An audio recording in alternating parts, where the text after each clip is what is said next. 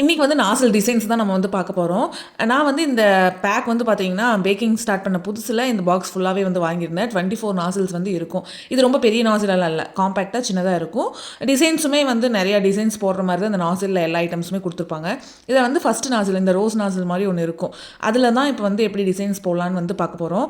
உங்களுக்கு வந்து baking start பண்ணுற புதுசில் உங்களுக்கு டிசைன்ஸ் போட்டு பார்க்குறக்கு இந்த மாதிரி வந்து பேஸ் எடுத்துக்கோங்க. கேக்கோட பேஸ் எடுத்துகிட்டு அதில் வந்து டிசைன்ஸ் போட்டு பார்த்தீங்கன்னா உங்களுக்கு கரெக்டாக இருக்கும்.